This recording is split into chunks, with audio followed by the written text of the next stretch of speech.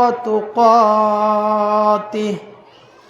اتقوا الله حق تقاته ولا تموتن إلا وأنتم مسلمون يا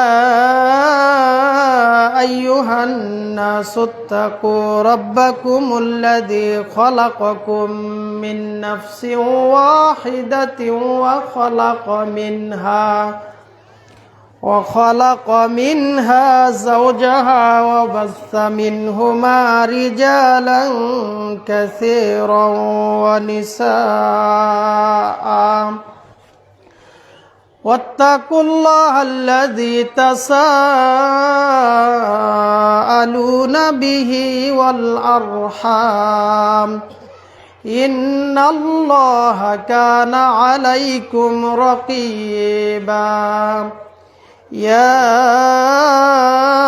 أيها الذين آمنوا اتقوا الله وقولوا قولا سديدا يصلح لكم أعمالكم ويغفر لكم ذنوبكم ومن يطع الله ورسوله فقد فاز فوزا عظيما أما بعد فإن خير الحديث كتاب الله وخير الهدي هدي محمد صلى الله عليه وسلم وشر الأمور محدثاتها وكل محدثة بدعة وكل بدعة ضلالة وكل ضلالة في النار أعوذ بالله من الشيطان الرجيم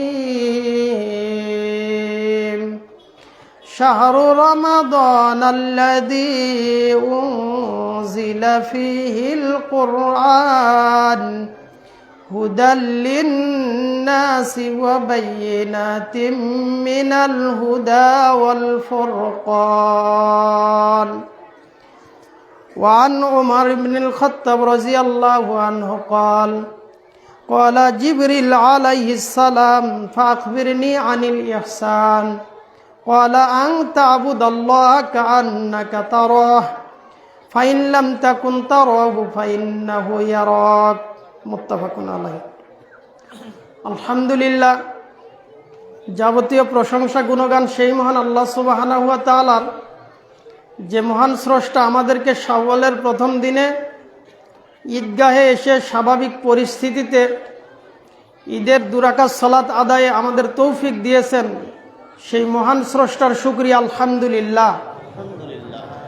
সালাত এবং সালাম সর্বশেষ এবং শ্রেষ্ঠ রাসূলের প্রতি, যার আদর্শ বাস্তবায়ন করাই আমাদের লক্ষ্য এবং উদ্দেশ্য, যার অনুসরণে ইবাদত, যার অনুসরণ না করে বিরুদ্ধাচারণ করা জাহান্নামের পথ, যিনি সর্বশেষ এবং শ্রেষ্ঠ, সেই নবীর প্রতি সালাত এবং সালাম সাল্লাল্লাহু আলাইহি ওয়াসাল্লাম। প্রিয় উপস্থিতি, আমি আপনাদের সামনে সকলের পরিচিত একটি আয়াতের অংশ বিশেষ এবং বুখারী মুসলিমে বর্ণিত দীর্ঘ হাদিসের একটি অংশ আপনাদের সামনে উপস্থাপন করেছি। উল্লিখিত আয়াত এবং হাদিসের অংশকে সামনে নিয়ে আমার আলোচ্য বিষয় রমজান মাস থেকে আমাদের শিক্ষা। আল্লাহ তাআলা আমাদেরকে যে রমজান মাস দিয়েছিলেন, রমজান মাস আমাদের মধ্য থেকে অতিবাহিত হয়ে শাওয়াল মাস শুরু হয়েছে। এই রমজান মাস আমাদেরকে কি দিয়ে যাচ্ছে, আমাদের কি শেখা উচিত, পরবর্তী জীবনে এই রমজান মাস থেকে শিক্ষাটা বাস্তবায়ন কিভাবে করা উচিত, আমি এই মর্মে আপনাদের সামনে 4টি পয়েন্টে আলোচনা রাখবো ইনশাআল্লাহ। সর্বশেষ পয়েন্ট, মহিলাদের বিষয়ে কিছু কথা। আল্লাহ তাআলা রমজান মাস সম্পর্কে বলেন, শাহরু রমাদান আল্লাযী উনজিলা ফীহিল কুরআন। রমজান মাস এমন একটি মাস, যেই মাসে আল্লাহ তাআলা কোরআনকে নাজিল করেছেন।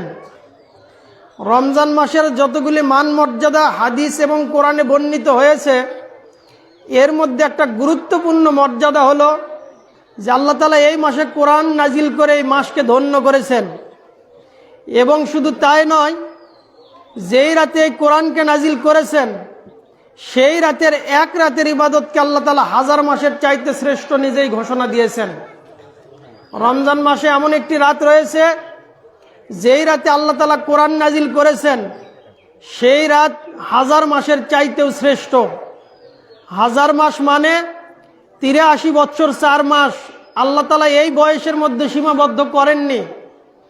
আমরা শেষ নবীর উম্মত হিসাবে আমাদের গড় আয়ু হলো 60 থেকে 70 বছর। অন্যান্য নবীর উম্মতগণ 1000 বছর পর্যন্ত হায়াত পেয়েছে। আল্লাহ তাআলার বিশেষ অনুগ্রহে আমাদের এই সময়ের মধ্যে আল্লাহ তাআলা এমনও কিছু সময় রেখেছেন যেই সময়ে ইবাদত করলে অন্য নবীদের উম্মতের চাইতে আমরা বহু গুণে ইবাদত করতে পারি ফজিলতের দিক থেকে। আল্লাহ তাআলা এরকম একটা মর্যাদাপূর্ণ মাস আমাদেরকে দিয়েছিলেন, সেই মাস হলো রমজান মাস। রমজান মাস থেকে যতগুলি শিক্ষা, এর মধ্যে থেকে একটি শিক্ষা হলো রমজান মাস আমাদেরকে তাকওয়া শিক্ষা দিয়েছে। আল্লাহ তাআলা বলেন, ইয়া আইয়ুহাল্লাযীনা আমানু, হে ঈমানদারগণ, কুতিবা আলাইকুমুস সিয়াম কামা কুতিবা আলাল্লাযীনা মিন ক্বাবলিকুম, হে ঈমানদারগণ, তোমাদের ওপর সিয়ামকে ফরজ করে দেওয়া হয়েছে যেরকম ভাবে তোমাদের পূর্ববর্তী জাতির উপর ফরজ ছিল। কেন? লাআল্লাকুম তাত্তাকুন, যাতে করে তোমরা তাকওয়া অর্জন করতে পারো।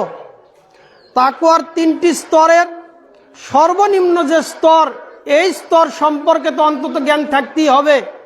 এই জ্ঞান থাকার পর আমরা যখন সিয়াম সাধনা করব, সিয়াম পালন করব, তখন আল্লাহ আমাদেরকে পরিপূর্ণ তাকওয়ার অধিকারী করে দেবেন।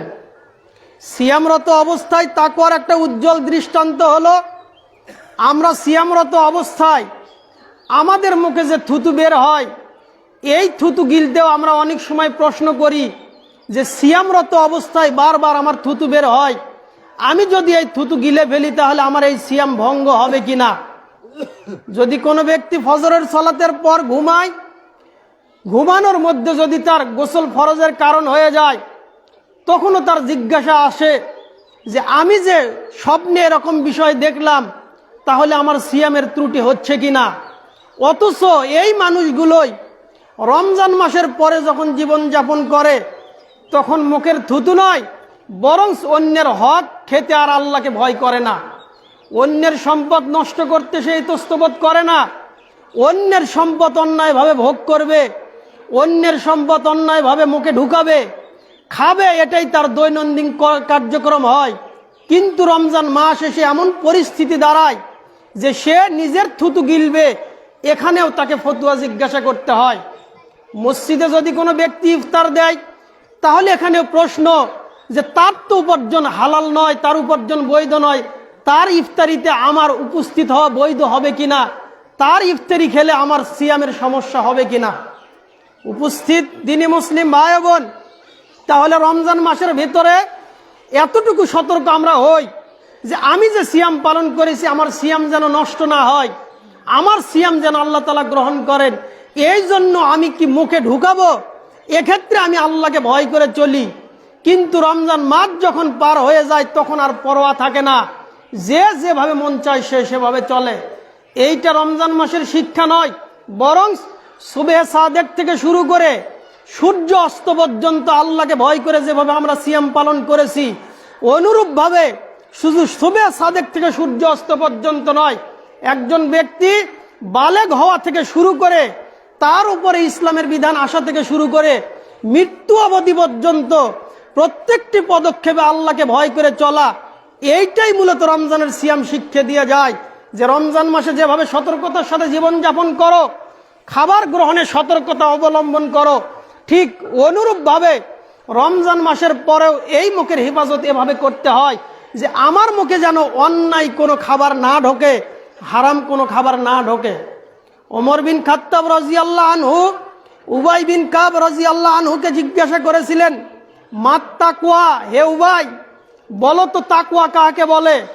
উবাই বিন কাব রাদিয়াল্লাহু আনহু ওমর বিন খাত্তাব রাদিয়াল্লাহু আনহুকে প্রশ্ন করলেন, আমা সালাকতা তরিকা যা শাউক, হে ওমর, তুমি কি এরকম কোনো রাস্তা দিয়ে অতিক্রম করেছো যেই রাস্তা সংকীর্ণ এবং কাঁটাযুক্ত সংকীর্ণ রাস্তায় কি তুমি কখনো পথ অতিক্রম করেছো? ওমর রাদিয়াল্লাহু আনহু বললেন, বালা, অবশ্যই আমি এরকম রাস্তা দিয়ে অতিক্রম করেছি।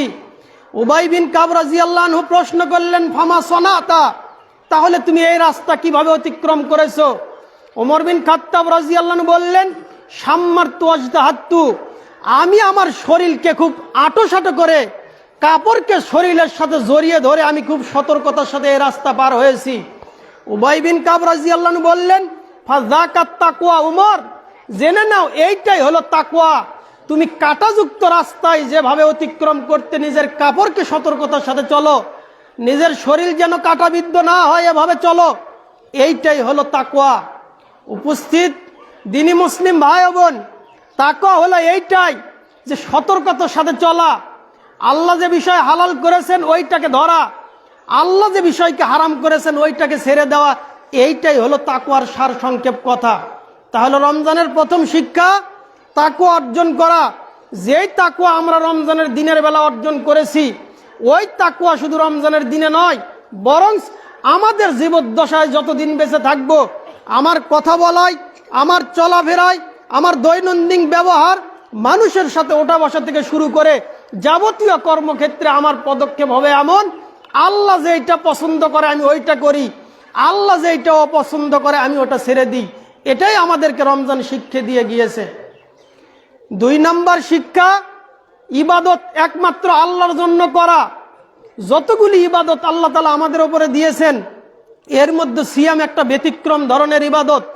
সিয়াম সম্পর্কে আল্লাহর ঘোষণা, আস-সাওমু লি ওয়া আনা আজজি বিহি, সিয়াম একমাত্র আমার জন্য, আর সিয়ামের বদলা আমি আল্লাহ তাআলা সরাসরি দিয়ে দেব। আল্লাহ তাআলা কি দিবেন? আল্লাহ তাআলা রাইয়ান নামক দরজা দিয়ে জান্নাতে প্রবেশ করাবেন। আল্লাহ তাআলা আরো কি দিবেন?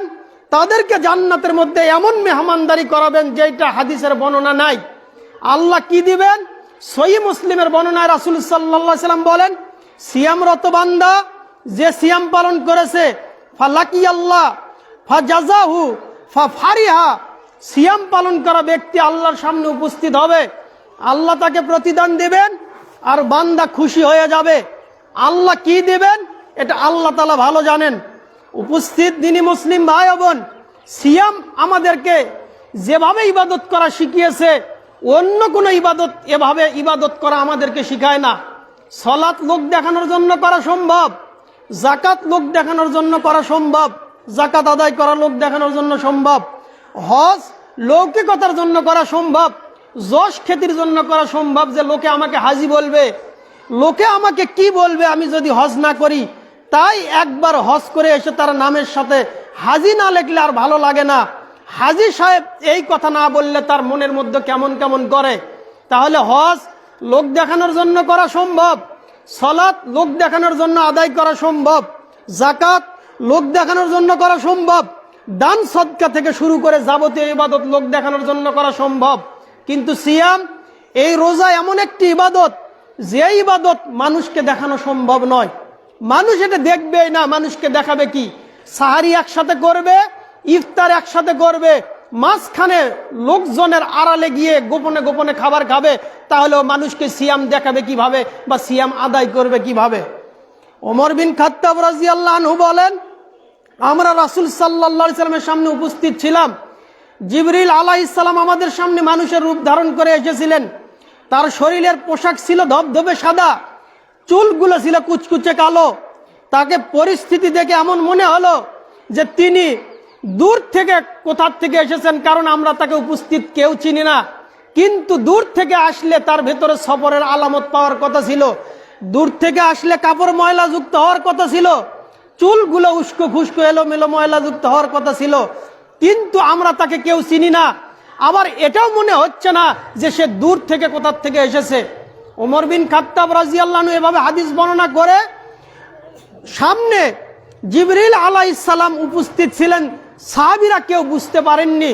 পরপর 4টে প্রশ্ন করেছিলেন। 4 প্রশ্ন করার পরে যখন জিবরিল আলাইহিস সালাম বৈঠক থেকে উঠে চলে গেলেন, রাসূল সাল্লাল্লাহু আলাইহি সাল্লাম সাহাবীদেরকে জিজ্ঞাসা করেছিলেন। ওমর বিন খাত্তাব রাদিয়াল্লাহু আনহু বললেন, ওমর বিন খাত্তাব, তুমি কি জানো মা হাদা, এই ব্যক্তি কে যে তোমাদের কাছে এসেছিল? ওমর বিন খাত্তাব রাদিয়াল্লাহু আনহু বললেন, আল্লাহু ওয়া রাসূলু আলাম, আল্লাহ এবং আল্লাহ রাসূল সাল্লাল্লাহু আলাইহি ওয়াসাল্লাম ভালো জানেন যে তিনি কে। রাসূল সাল্লাল্লাহু আলাইহি ওয়াসাল্লাম বললেন, হাযা জিবরিল আতাকুম ইয়াল্লিমাকুম দীনাকুম, ইনি তো জিবরিল আলাইহিস সালাম, তিনি তোমাদের কাছে এসেছিল দিন ইসলামকে শিক্ষা দেওয়ার জন্য। দিন ইসলাম 4টি বিষয়ের সমষ্টি, অত্র হাদিসে 4 বিষয়ের সমষ্টি রাসূল সাল্লাল্লাহু আলাইহি ওয়াসাল্লাম ইসলাম বলেছেন। 1, জিবরিল আলাইহিস সালাম প্রশ্ন করেছিলেন ইসলাম কাকে বলে। 2, ঈমান কাকে বলে। 3, ইহসান কাকে বলে। 4, কিয়ামতের আলামত কি। আমি আমার আলোচনার সুবিধার্থে আগে পরের 3টে প্রশ্ন বাদ দিয়ে শুধু ইহসান সম্পর্কে কথা। জিবরিল আলাইহিস সালাম প্রশ্ন করলেন, আখবিরিনি আনিল ইহসান, হে মুহাম্মদ আপনি বলেন যে ইহসান কাকে বলে। রাসূল সাল্লাল্লাহু আলাইহি সাল্লাম জিবরিল আলাইহিস সালামের প্রশ্নের উত্তরে বললেন, আনতা আবুদাল্লাহ কান্নাকা তারা, তুমি আল্লাহর ইবাদত এমন ভাবে করবে যেন তুমি আল্লাহকে দেখতে পাচ্ছ। ফাইল্লাম তাকুন তারা, যদি তুমি আল্লাহকে দেখতে না পাও, যদি তুমি এই পর্যায়ে পৌঁছিতে না পারো যে আমি আল্লাহকে দেখে দেখে ইবাদত করি, ফাইন্নাহু ইয়ারাক, তবে তুমি এই বিশ্বাস নাও যে আল্লাহ তোমাকে দেখতে পাচ্ছে। উপস্থিত দিনী মুসলিম ভাই বোন, ইবাদতের 2টা স্তর। 1, আমি যখন ইবাদত করব তখন এই চিন্তা নিয়ে ইবাদত করা যেন আমি আল্লাহকে দেখতে পাচ্ছি। 2, আমি যদি এই পর্যায়ে পৌঁছিতে না পারি অন্তত এই বিশ্বাস নিয়ে ইবাদত করা যে আল্লাহ আমাকে দেখতে পাচ্ছেন, আল্লাহ আমাকে দেখতে পাচ্ছেন, আল্লাহর জন্য ইবাদত করা। এই কথাটা শুধু সিয়ামের বেলায় মানায়, অন্য কোনো ইবাদতের ক্ষেত্রে এই কথাটা মানায় না। আমি যখন সালাতে দাঁড়াই তখন আমার পাশে লোকজন দেখি যে আমার পাশে কে দাঁড়ালো, আমার সালাতটা যদি সুন্দর হয়, আমার তিলাওয়াত যদি সুন্দর হয়, লোকে আমাকে বাহবা দেবে, লোকে আমাকে ভালো বলবে। আমি যদি কারির মতো তিলাওয়াত করতে পারি, লোকে আমাকে কারি বলবে। সালাতের মধ্যে অনেক কিছু মনে হয়, কিন্তু সিয়ামই একমাত্র ইবাদত যে ইবাদত আল্লাহকে সামনে নিয়ে করা সম্ভব। অন্তত আল্লাহকে সামনে যদি নেওয়া সম্ভব না হয়, এতটুকু বিশ্বাস নিয়ে আমরা সিয়াম পালন করি যে আল্লাহ আমার সিয়াম দেখতে পাচ্ছেন। এখান থেকে আমাদের শিক্ষা হলো, সিয়ামরত অবস্থায় যেভাবে আমরা এই বিশ্বাস নিয়ে ইবাদত করেছি যে আল্লাহ আমার ইবাদত দেখছেন, অনুরূপভাবে আমি সালাত আদায় করার ক্ষেত্রে, সিয়ামের ক্ষেত্রে যেমন আমার ভেতরের ইবাদত, সালাতের আমার বাহ্যিক ইবাদতকে আমার ভেতরে ঢুকাতে হবে। মানে আমার নিয়তকে একমাত্র আল্লাহর জন্য খালেস করে দিতে হবে। আমি যখন যাকাত প্রদান করব তখন লৌকিকতা নয়, লোক দেখানোর জন্য নয়, বরং আমার এই যাকাত আল্লাহ আমাকে সম্পদ দিয়েছেন, গরিবদের কাছে এই যাকাতকে পৌঁছে দিতে হবে। গরিব আমাকে সম্মান করবে এজন্য যাকাত দেই তা নয়। হজ আল্লাহ আমাকে সম্পদ দিয়েছেন তাই আমি হজ করি, লোকে আমাকে হাজি বলবে এই জন্য আমি হজ করি না। তাহলে সিয়াম যেভাবে একমাত্র আল্লাহর জন্য করেছি, সালাতকে ওভাবে আল্লাহর জন্য আদায় করা, যাকাতকে আল্লাহর জন্য প্রদান করা, হজ আল্লাহর জন্য একমাত্র করা। অন্য কোনো ব্যক্তি ঢুকে গেলেই এইটাই হবে রিয়া, এইটা হবে লৌকিকতা, এইটা হবে সুমআ। আর রিয়া বা লৌকিকতার ইবাদতকে আল্লাহ তাআলা গ্রহণ করবেন না। কিয়ামতের দিন যে যার জন্য ইবাদত করবে, আল্লাহ তাআলা হাদিসে কুদসিতে বলেন, রাসূল সাল্লাল্লাহু আলাইহি ওয়াসাল্লাম বলেছেন, আল্লাহ তাআলা কি করবেন, ওই ব্যক্তিকে আর ওই ব্যক্তির ইবাদতকে আল্লাহ তাআলা নিক্ষেপ করে দেবেন। কিয়ামতের দিন বহু মানুষের ইবাদতকে আল্লাহ ধূলিকণার ন্যায় উড়িয়ে দেবেন। কেন? যাদের ইবাদতে শিরক মিশ্রিত ছিল। প্রসিদ্ধ হাদিস, 3 শ্রেণীর ব্যক্তি দিয়ে আল্লাহ তাআলা জাহান্নাম উদ্বোধন করবেন। 1, দানশীল, যে লোক দেখানোর জন্য দান করেছে। 2, শহীদ, যে লোকে তাকে শহীদ বলবে, লোকে তাকে যোদ্ধা বলবে, এই উদ্দেশ্যে যুদ্ধ করেছে। 3, কোরআন তিলাওয়াতের কারি, আলেম, এই জন্য কোরআন তিলাওয়াত করেছে, লোকে তাকে বাহবা দেবে, লোকে তাকে কারি বলবে। এই 3 উদ্দেশ্য একসাথে রাসূল সাল্লাল্লাহু আলাইহি ওয়াসাল্লাম, হাদিস সহিহ মুসলিম, তিরমিজি, রাসূল সাল্লাল্লাহু আলাইহি ওয়াসাল্লাম বলেন এই 3 শ্রেণীর ব্যক্তি দিয়ে জাহান্নামকে উদ্বোধন করা হবে। কেন? তাদেরকে পরপর একটাই প্রশ্ন করা হবে, তুমি যে ইবাদত করেছো এই ইবাদত কেন করেছো? সে বলবে আল্লাহ আমি আপনার জন্যই তিলাওয়াত করেছি। দানশীল বলবে আল্লাহ আমি তো দান করেছি আপনার জন্য। শহীদ বলবে আল্লাহ আমি যুদ্ধ করেছি আপনার রাস্তায়। আল্লাহ তাআলা 3 জনের কথাকে নিক্ষেপ করে দেবেন, এমনকি তাদেরকে কিয়ামতের মাঠে ওপর করে টেনে হেঁচড়ে জাহান্নামের মধ্যে নিক্ষেপ করে দেবেন। উপস্থিত দিনী মুসলিম ভাই বোন, সুতরাং রমজানের সিয়াম যেহেতু যেভাবে আমরা একমাত্র আল্লাহর জন্য করেছি, আমাদের সালাত, আমাদের হজ, আমাদের জাকাত, আমাদের দান সদকা থেকে শুরু করে অন্যের সাথে ভালো ব্যবহার, অন্যের সাথে হাস্য উজ্জ্বল চেহারা নিয়ে কথা বলা, এগুলো লৌকিকতার জন্য নয়। ভেতরে থাকবে একমাত্র নিয়ত, আমি আল্লাহর সন্তুষ্টের জন্য কারোর সাথে সম্পর্ক রাখি, আল্লাহর সন্তুষ্টের জন্যই আমি সালাত আদায় করি, আল্লাহর সন্তুষ্টের জন্যই আমি হজ আদায় করি। এভাবে করে যত ইবাদত আল্লাহ দিয়েছেন, রমজান থেকে আমাদের এই শিক্ষা নেওয়া যে ইবাদত একমাত্র আল্লাহর জন্যই করতে হয়। তাহলে রমজান থেকে 1 নম্বর শিক্ষা, ইবাদতে তাকওয়া অর্জন করা, আল্লাহর ভয় অর্জন করা। 2, এমনভাবে ইবাদত করা শিখা, এই ইবাদত একমাত্র আল্লাহর জন্য করা। 3 নম্বর শিক্ষা, রমজান মাস থেকে যেই হাদিস নিয়ে আমাদের সমাজে দ্বন্দ্ব চলে, ওই হাদিস থেকে রমজানের আরেকটি শিক্ষা। আয়েশা রাদিয়াল্লাহু আনহাকে প্রশ্ন করা হয়েছিল, কাইফা কানাত সালাতু রাসূলিল্লাহ সাল্লাল্লাহু আলাইহি সাল্লাম ফি রমাদান। আয়েশা রাদিয়াল্লাহু আনহাকে প্রশ্ন করা হলো, আপনি বলেন রাসূল সাল্লাল্লাহু আলাইহি সাল্লাম রমজান মাসে কত রাকাত সালাত পড়তেন, কিভাবে সালাত পড়তেন, তার সালাতটা কেমন ছিল?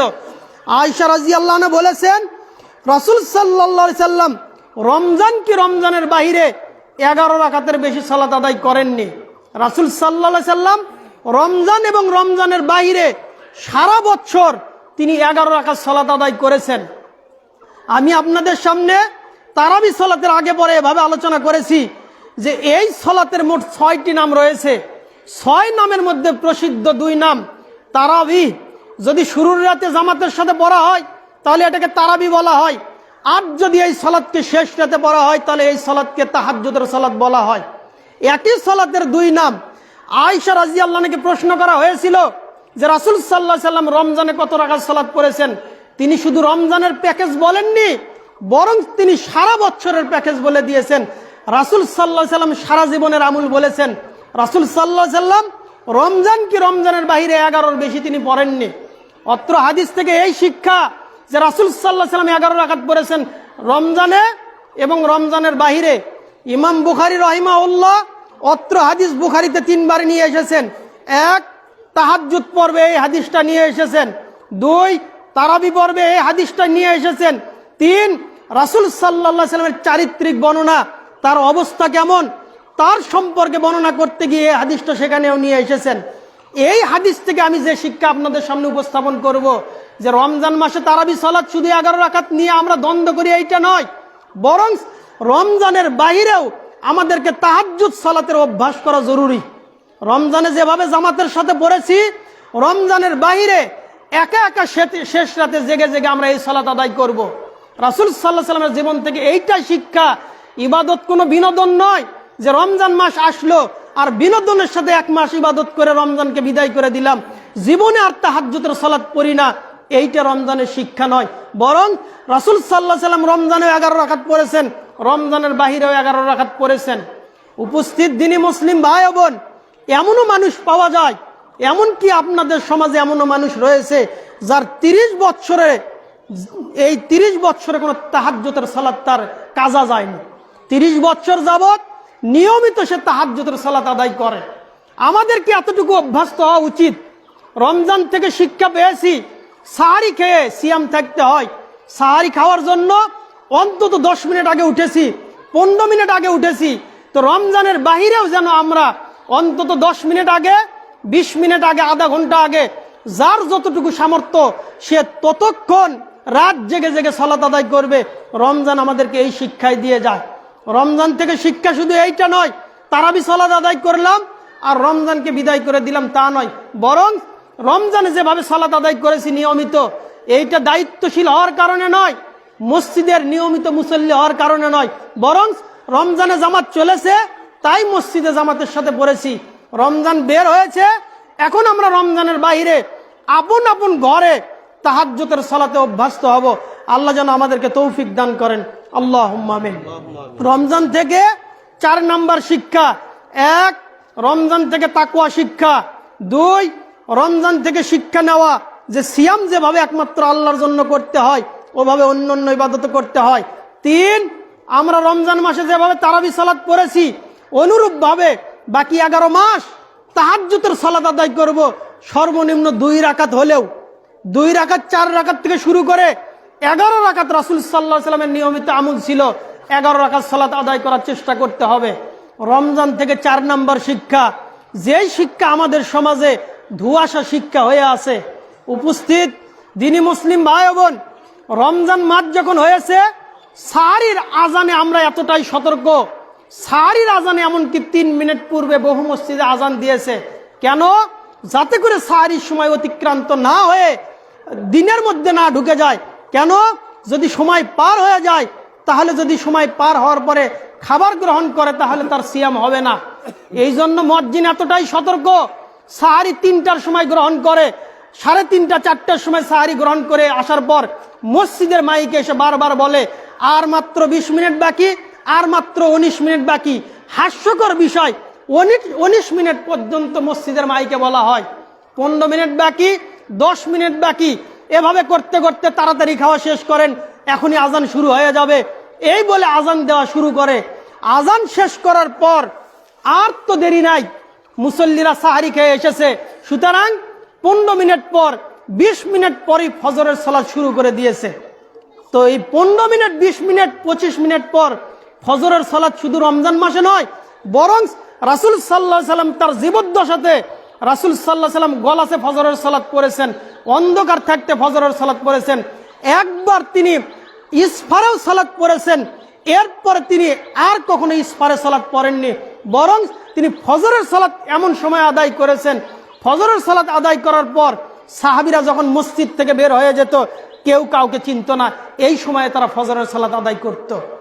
দুঃখজনক হলেও বিষয় সত্য, আজকে ফজরের আজান তারা গতকাল পর্যন্ত 35 আজান দিয়েছে, অনেক মসজিদে 35 আজান দিয়েছে, আর আজ 5টা 5 মিনিট পর্যন্ত আজান চলমান।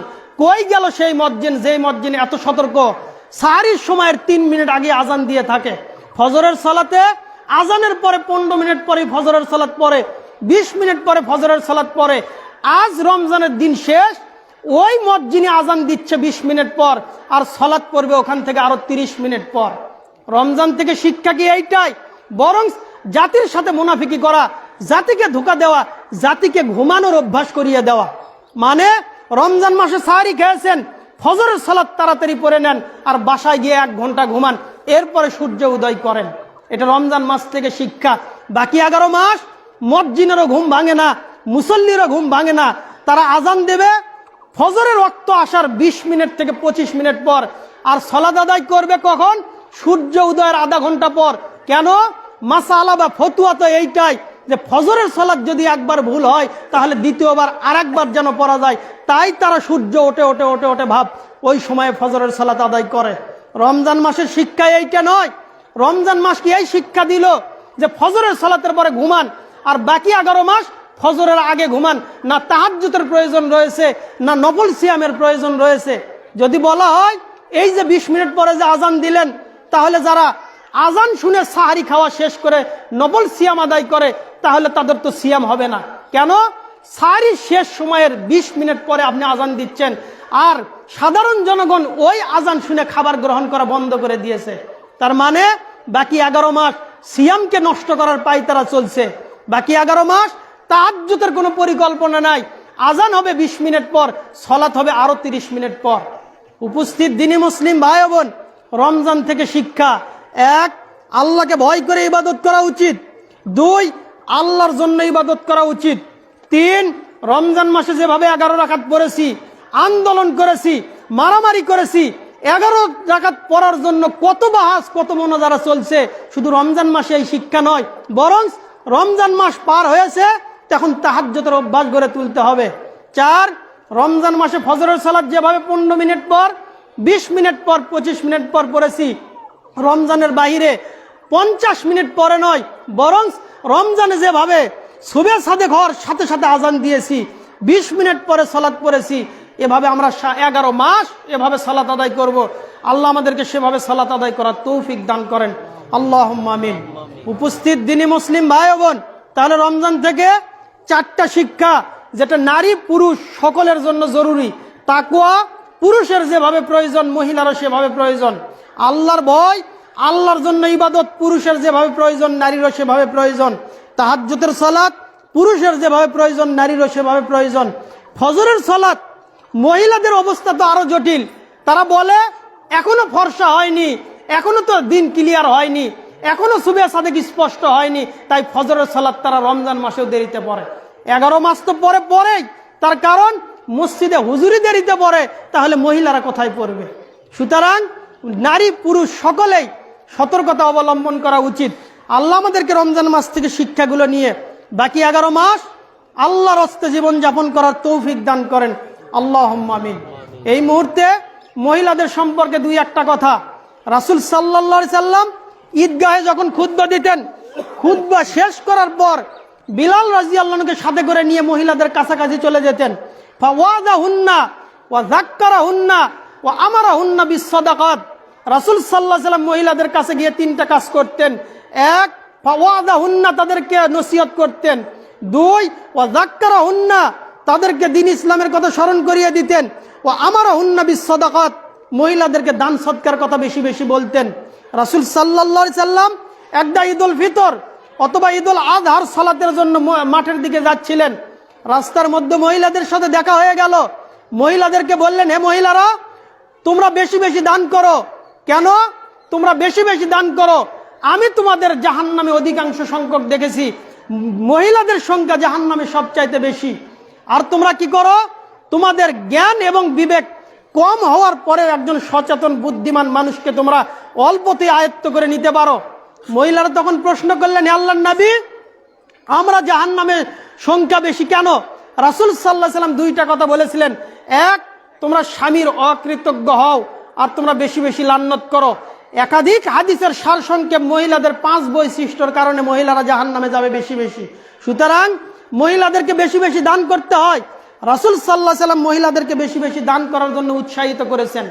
বিলাল রাদিয়াল্লাহু আনহু বলেন, মহিলাদের সামনে যখন রাসূল সাল্লাল্লাহু আলাইহি সাল্লাম এভাবে কথা বললেন, তখন বিলাল রাদিয়াল্লাহু আনহু কাপড়কে আলগা করে ধরলেন, আর মহিলারা তাদের গলার হার, কানের দুল থেকে শুরু করে তাদের অলংকারগুলো খুলে বিলাল রাদিয়াল্লাহু আনহু এই কাপড়ের ভেতর দেওয়া শুরু করলেন। তারা এভাবে দান করলেন। সুতরাং আজকে মাঠে উপস্থিত মহিলা যারা রয়েছেন, নিজেদেরকে জাহান্নাম থেকে মুক্ত করার লক্ষ্যে, জান্নাতি বানানোর লক্ষ্যে বেশি বেশি দান করা উচিত। মহিলাদের সম্পর্কে আরেকটি হাদিস, আনাস রাদিয়াল্লাহু আনহু বলেন, রাসূল সাল্লাল্লাহু আলাইহি সাল্লাম বলেছেন, আল মারআ, একজন মহিলা, ইজা সাল্লাত খামসাহা, যখন 5 ওয়াক্ত সালাত নিয়মিত আদায় করবে, ওয়া সামাত শাহরাহা, রমজান মাসে ফরজ সিয়াম আদায় করবে, ওয়া আতাআত বালাহা, স্বামীর আনুগত্য করে চলবে, ওয়া আহসানাত ফারজাহা, যদি লজ্জাস্থানের সে হেফাজত করে চলে।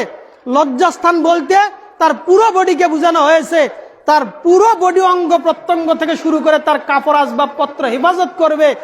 এই 4 বৈশিষ্ট্য যদি থাকে, কিয়ামতের দিন আল্লাহ তাআলা ওই মহিলাকে বলবেন, ফাল তাদখুল জান্নাত মিন আইয়া আবওয়াবি শাআত, তুমি জান্নাতের যে দরজা দিয়ে ইচ্ছা তুমি ওই দরজা দিয়ে জান্নাতে প্রবেশ করো। আজকে মাঠে উপস্থিত দিনী বোন, আপনাদের জন্য এই কয়েকটি হাদিস। নিজেদের মুখকে হেফাজত করেন, বেশি বেশি লান্নত করা থেকে নিজেদেরকে বিরত রাখেন। স্বামীর কৃতজ্ঞতা আদায় করা শিখেন, স্বামীর শুকরিয়া আদায় করা শিখতে হবে। 5 ওয়াক্ত সালাত নিয়মিত আদায় করতে হবে। রমজানের সিয়াম, জরুরি দিনগুলো ছাড়া সবগুলি দিনে সিয়াম পালন করতে হবে। জরুরি দিনের হিসাব, অন্য মাসে হিসাব পরিপূর্ণ করতে হবে। স্বামীর আনুগত্য করে স্বামীর জন্য নিজের লজ্জাস্থান এবং পুরো বডিকে স্বামীর জন্য রেখে পর পুরুষ থেকে নিজেকে হেফাজত করে জীবন যাপন করুন। আপনার জন্য আল্লাহ তাআলা জান্নাতকে সহজ করে দেবেন। উপস্থিত দিনী মুসলিম ভাই ও বোন, আজকের খুতবার সারসংক্ষেপ: 1, রমজান মাস থেকে শিক্ষা 4টি। 1, রমজান থেকে তাকওয়া শিক্ষা পাই, আল্লাহর ভয় শিক্ষা পাই। 2, রমজান থেকে এই শিক্ষা পাই যে ইবাদত একমাত্র আল্লাহর জন্য করতে হয়। 3, রমজান মাসে যেভাবে তারাবির সালাত পড়েছি, বাকি 11 মাস তাহাজ্জুদের সালাত আদায় করব, অন্তত 2 রাকাত হলেও, 4 রাকাত হলেও, যার যতটুকু সামর্থ্য সে সেভাবে সালাত আদায় করবে। 4, যারা ফজরের সালাত দেরিতে আদায় করেন 11 মাস, সূর্য ওঠে ওঠে ভাব, ওই সময় ফজরের সালাত আদায় করেন, তারাও রমজান মাস থেকে শিক্ষা নেন যে মুসল্লির সুবিধার্থে নয়, বরং ইসলাম যেভাবে দিক নির্দেশনা দেয় আমরা সেভাবে ফজরের সালাত আদায় করব। আর মহিলাদের সম্পর্কে যা বলা হলো, মহিলারা নিজেরা সতর্ক থাকবেন। পুরুষ যারা রয়েছেন, যাদের অধীনে যে মহিলা রয়েছে, তাদেরকে দিক নির্দেশনা দিয়ে, তাদেরকে ওয়াজ নসিহত করে সমাজ সুন্দর করার পরিকল্পনা করেন। আল্লাহ আমাদের জন্য সহজ করুক বলে আল্লাহুম্মা আমিন। আল্লাহ যতটুকু আলোচনা করা হলো, আলোচনার ভুল ত্রুটি ক্ষমা করে দিয়ে আমাদেরকে সঠিক কথাগুলো জানার, বোঝার এবং সে অনুসারে চলার তৌফিক দান করেন, আমিন। আমরা যারা অসুস্থ, আমাদেরকে পরিপূর্ণ সুস্থতা দান করে আমাদের স্বাভাবিক জীবনযাপন দান করেন, আল্লাহুম্মা আমিন। আমাদের মধ্যে যারা ঋণগ্রস্ত, আল্লাহ যেন আমাদের ঋণ পরিশোধের একটা সহজ সুন্দর পথ বের করে দেন, আল্লাহুম্মা আমিন। কিছুদিন আগে জাহাঙ্গীর ভাইয়ের মা মারা গিয়েছেন। তার মা থেকে শুরু করে যারাই এই সমাজের কবরবাসী হয়েছেন, আল্লাহ যেন তাদের কবরের শাস্তিকে মাফ করে দিয়ে তাদের কবরকে জান্নাতের টুকরায় পরিণত করে দেন, আল্লাহুম্মা আমিন। আমাদের জানা অজানা যে যত সমস্যার মধ্যে রয়েছি, আল্লাহ তাআলা আমাদের যাবতীয় সমস্যার একটা সহজ সুন্দর পথ বের করে দিয়ে আমাদের দুনিয়া সুন্দর, দুনিয়ার জীবন শেষ করার সময় আমাদের যেন আল্লাহ তাআলা কালেমা নসিব করে দেন, আল্লাহুম্মা আমিন। পরকালের কবরের 3টা প্রশ্ন যেন আমরা সহজে উত্তর দিতে পারি। এরপরে কিয়ামতের মাঠের সহজ হিসাব নিয়ে আল্লাহ যেন আমাদেরকে জান্নাতুল ফিরদাউস দান করে দেন, আল্লাহুম্মা আমিন। এই বলে আজকের খুতবার আলোচনা এখানেই শেষ করতে চাচ্ছি। সুবহানাকা আল্লাহুম্মা বিহামদিকা আশহাদু আল্লা ইলাহা ইল্লা আনতা আস্তাগফিরুকা ওয়া আতুবু ইলাইক।